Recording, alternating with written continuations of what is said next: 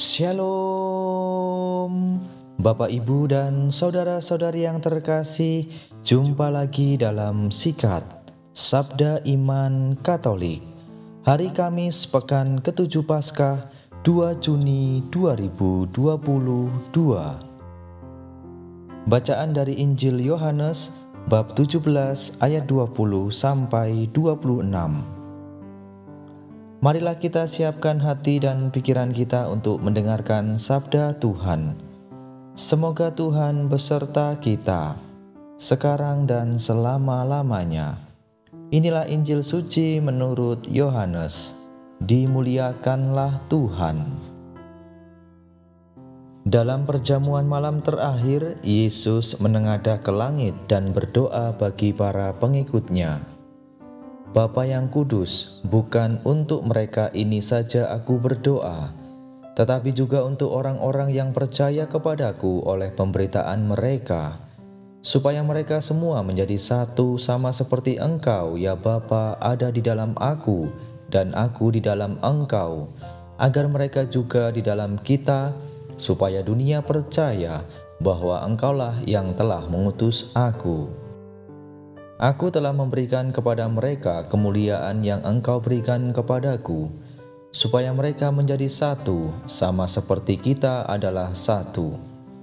Aku di dalam mereka dan Engkau di dalam aku, supaya mereka sempurna menjadi satu, agar dunia tahu bahwa Engkau yang telah mengutus aku, dan bahwa Engkau mengasihi mereka sama seperti Engkau mengasihi aku.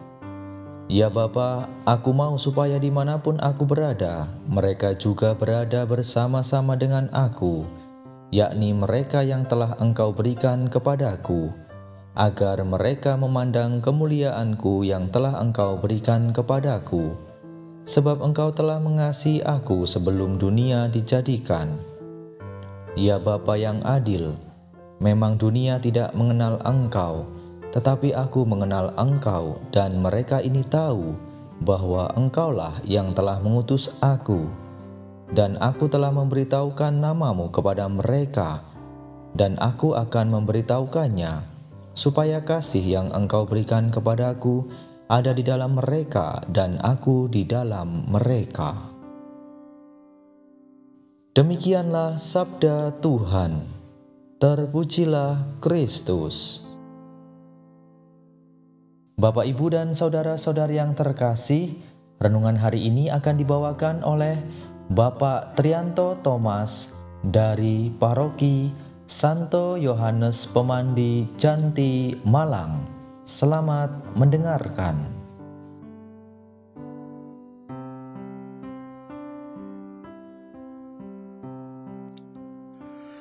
Halo, selamat berjumpa kembali, khususnya pendengar Sikat yang setia, Sabda Iman Katolik.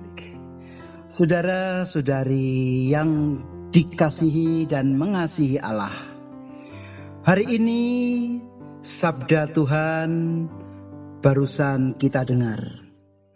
Satu kalimat yang ingin saya angkat, yaitu bagaimana Yesus sendiri itu memiliki keinginan supaya mereka semua menjadi satu.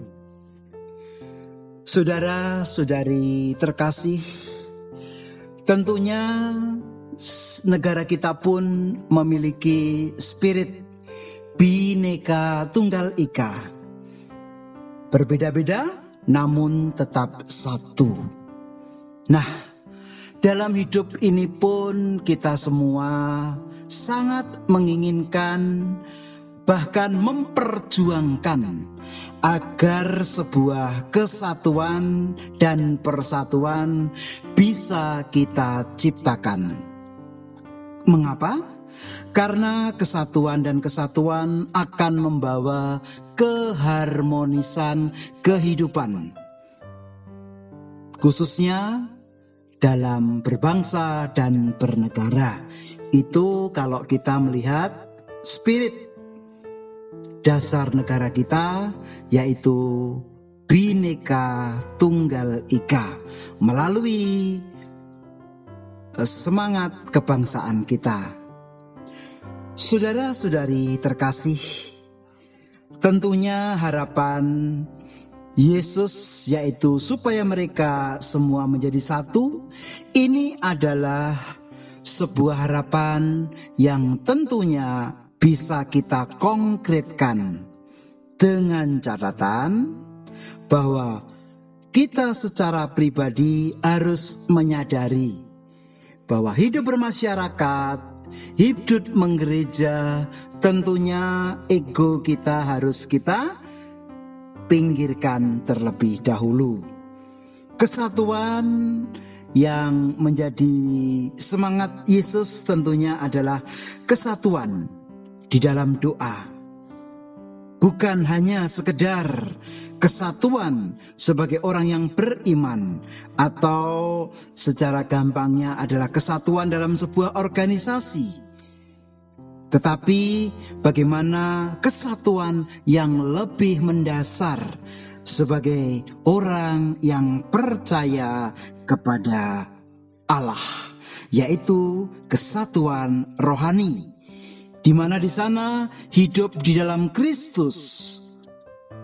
Kita mengenal, kita mengalami kasih Kristus di dalam persekutuan menggereja. Tentunya kita juga ingat akan pepatah, bersatu kita teguh, bercerai kita runtuh. Apakah kita sebagai orang beriman akan tercerai-berai karena kita egois untuk mengedepankan itu semua? Tentunya kita sebagai umat yang beriman kepadanya harus memperjuangkan keinginan dan doa Yesus sendiri, yaitu supaya mereka semua menjadi satu. Bapak Ibu, untuk menjadi satu tentulah bukan pekerjaan semudah membalikkan tangan. Tetapi di sana perlu perjuangan, perlu pengorbanan. Dalam hidup kita pun kita juga tidak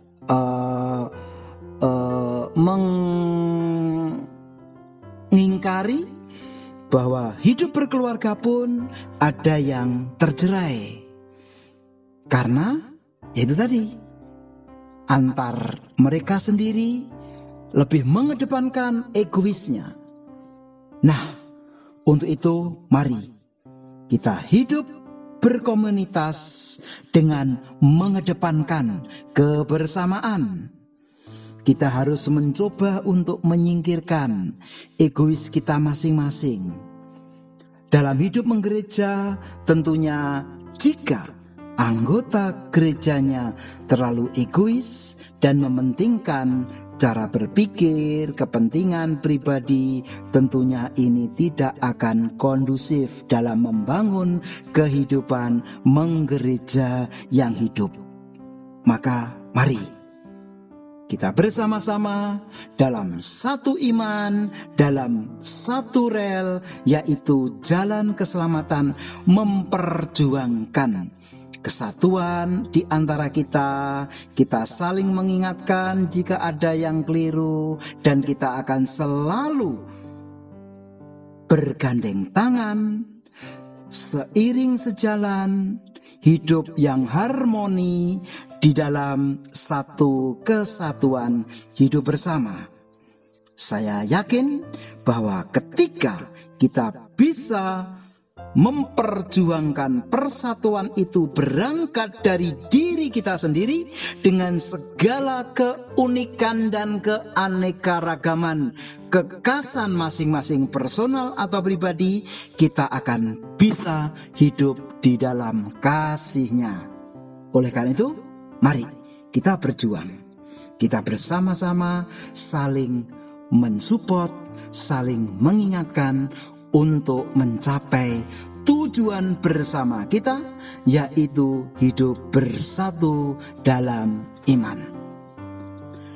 Berkah dalam, tetap semangat di dalam situasi yang saat ini. Terima kasih.